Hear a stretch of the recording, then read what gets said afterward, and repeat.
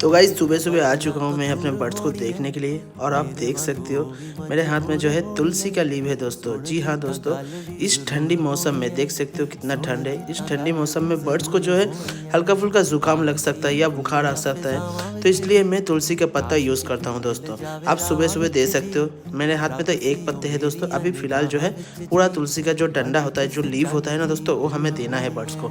जितने बर्ड्स है जितना खाएगा कोई प्रॉब्लम नहीं होगा। बर्ड्स को तुलसी का लीव दो। बर्ड्स का जितने भी जुकाम सर्दी या मान लो आपका बर्ड्स जो है सुस्ता रहा है, तो ये तुलसी का लीफ जो है उसके बॉडी में एंटी बॉडी जो है रेडी करता है। तो गाइस ऐसे आप दे सकते हो बर्ड्स को, कोई इशू नहीं है। मॉर्निंग टाइम में तो आपको देखो किस तरीके से बर्ड्स जो है खाने के लिए देखो पीछे पीछे जा रहे हैं हीरो के।